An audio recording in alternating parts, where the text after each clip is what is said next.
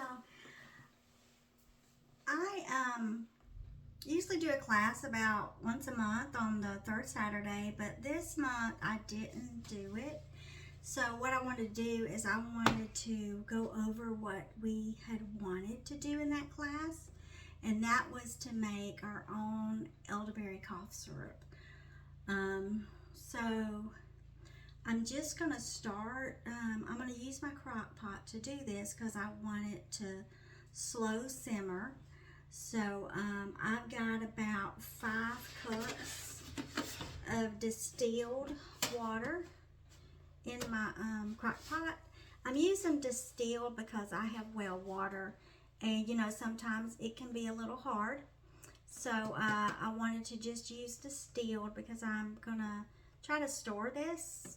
But actually this batch, I have about 3 people who've already asked me when I make some more elderberry syrup that they want some.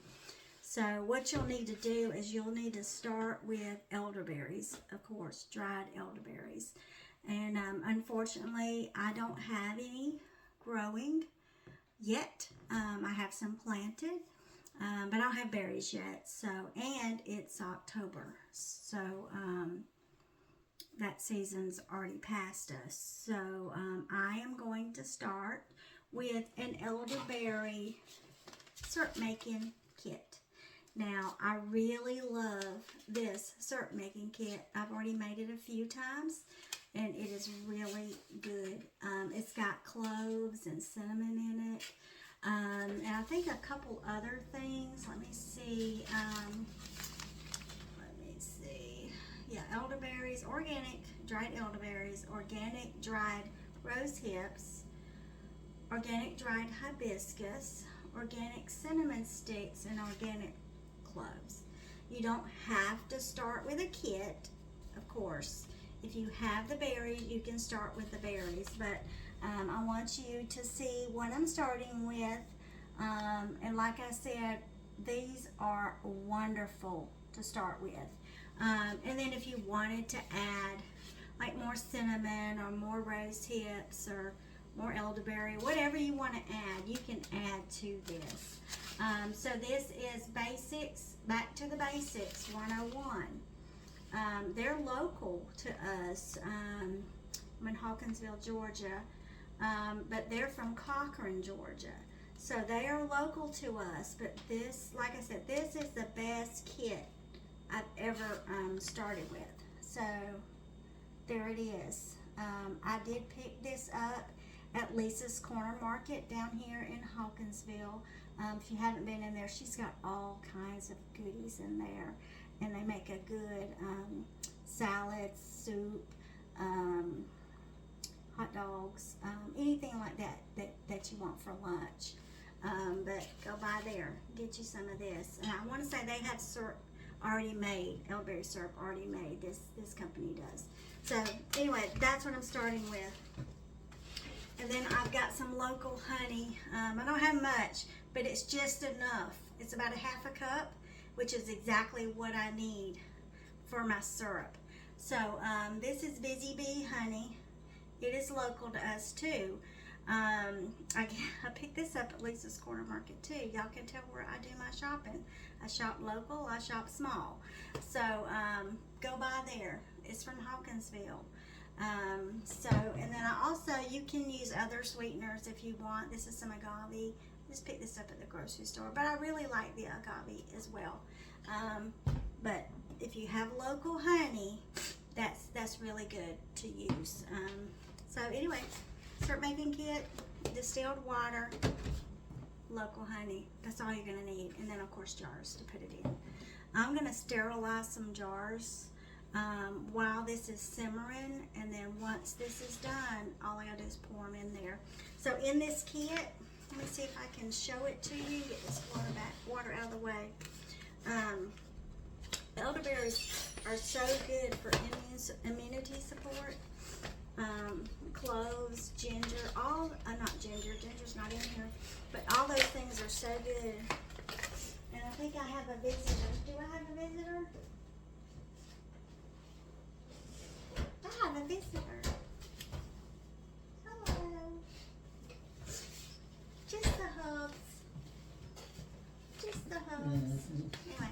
So this kit comes with a little bag, a tea bag. I go ahead and just use this. You're just going to fill this bag up. So anytime you're making herbal tea, I recommend using like a cheesecloth bag. You put it down in your water, and that way you don't have to strain it. Otherwise you got to pour it through a cheesecloth. So you can just use this bag. It smells good. It smells like Christmas. It actually says that on the bag. So it's going to be smelling good in my house in a little bit. So I'm just going to pour it in. Hopefully I won't make too big of a mess. The last time I made this with my grandkids, and then sent them home some of the syrup with them. They like when they come to Mimi's house, they like to get in my shop and make stuff with me. Right now I'm in my kitchen. This is my little vintage kitchen. My house was built in the 70s. I think I've told y'all that before. And we've kind of left it the way it was when we bought it. So, anyway, I got all of it. And then just tie it up. Now, I really want to make some Mullien tea as well. So I'm going to be doing some Mullien tea bags also while this is cooking. So I'm going to just tie this up in a little, just so it don't come out. And my water,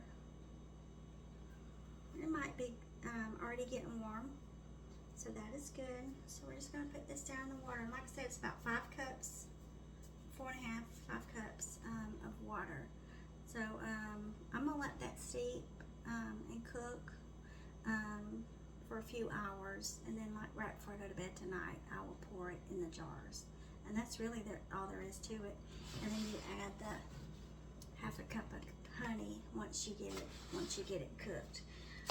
Let's see. Let me make sure I'm not missing something.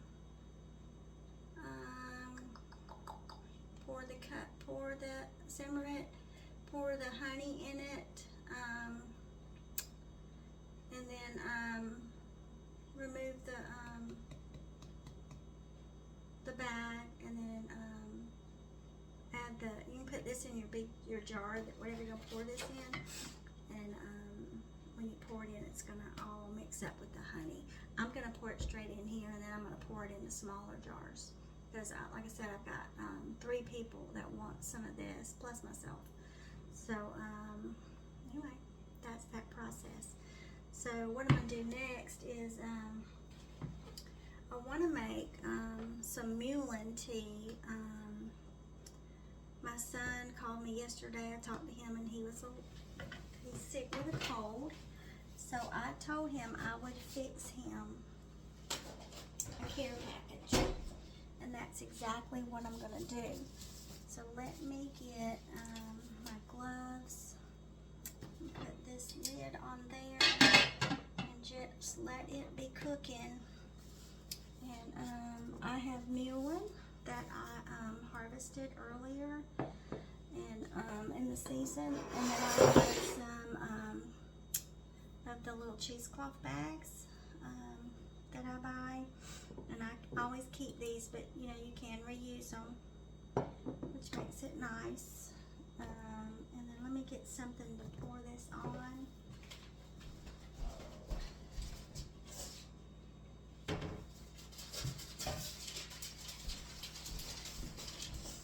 I'm just going to get a piece of wax paper.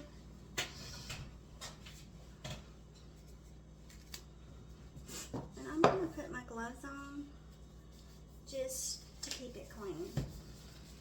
Keep the herbs clean. So the skin, the oil on my skin don't get on them. But I was just going to use them myself. I won't worry about it. But, like I said, you don't have to, but since I'm giving to my son, but he's 32, so he's still a big baby. So we're just going to take some of these leaves out. And these leaves go a long way. I do have leaves available on Etsy if you like to get some leaves from me.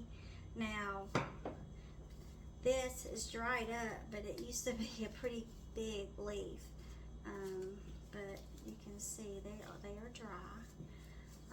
So all I'm gonna do is just tear them up. I'm gonna take the stems out though as I go.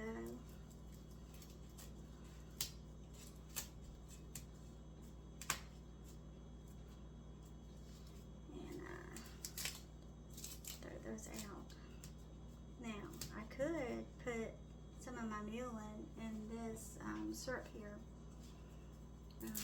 But if you know anything about mullein, what it does, it's kind of like Mucinex, but it's not Mucinex. I don't mean to call out Mucinex, but it breaks up the secretions. It helps to thin them out, so you can cough them up or let them absorb naturally. So when you got a cold or sinus issues, a cup of mullein tea really is good to have. So let's just break up some more of these leaves. You don't have to get them too small. I just want to get them in those bags.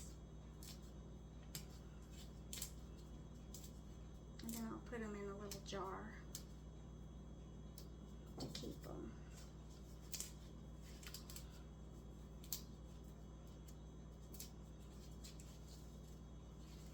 I grew some Ellen clamp, I think I'm saying that right, and some echinacea as well. So possibly this weekend I'll go harvest those roots, at least a little bit, and use some of them as well in a cough syrup. So it's that time of year.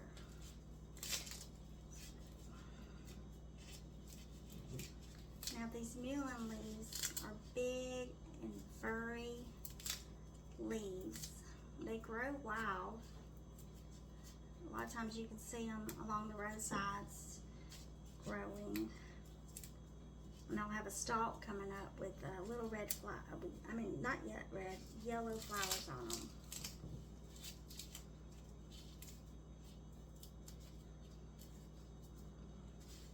A lot of people used to use these leaves as toilet paper when you're in the woods.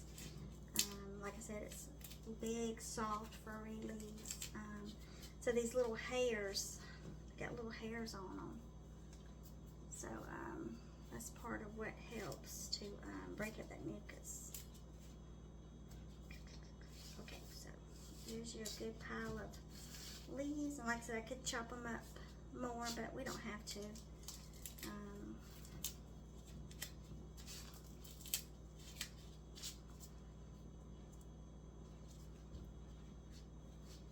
Just gonna stuff some of these bags full of mullein. And then I gotta get it in there.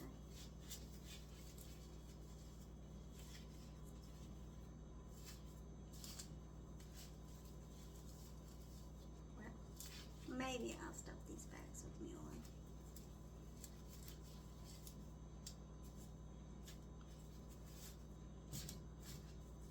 Alright, there you go. I'm just going to tie them one loop so they're easy to get undone. So there you are, that's a mullein tea bag. Just put it down in some water and bring the water to a boil. Take it off, put this down in it, and let it steep for about 5 minutes. I like to add some lemon, so I just cut up some lemons, and you can add a little bit of lemon, a slice of lemon, and a little bit of honey or agave. You can even add some cinnamon sticks to this as well, so that's really good if you have a cough. I know last year there was a lot of people, you know, that had like flu and cough-like symptoms that we shared a lot of mullein with, and even for ourselves that we used it. So it's a good thing to have on hand. So if you'd like to get some, like I said, I have an Etsy store where you can order it, or there's other places as well. So anyway, or you know, check out your backyard or the woods nearby and see if you can find you some.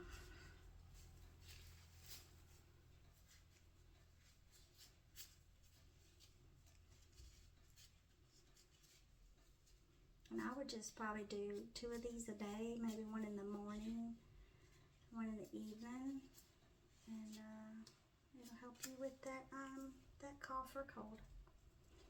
So let's get him about, what, 4 or 5 of these done up. So that little pile right there did about 3.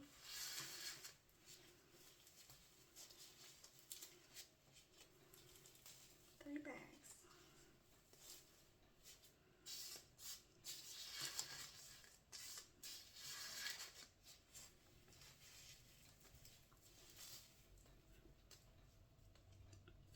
Another thing, when you do have a cough or congestion or anything like that, it's important to drink a lot of water, keep it moving, keep it mobile, and also to move. Get up, walk outside. That's really the best kind of medicine is movement, hydration, sunshine, and then some of our herbs for support. So here we are. Alright, I got 3 done up. Alright, so there we are. All for Trent. So anyway, our concoction is turning. You can see it's like tea now. So I'll just let that steep for a while. Come back, add my honey, and pour it up in jars. And that's all there is to it. Alright, so if you like this video and want to see more, just hit the like and subscribe button, and I'll catch you later. Alright, thanks y'all.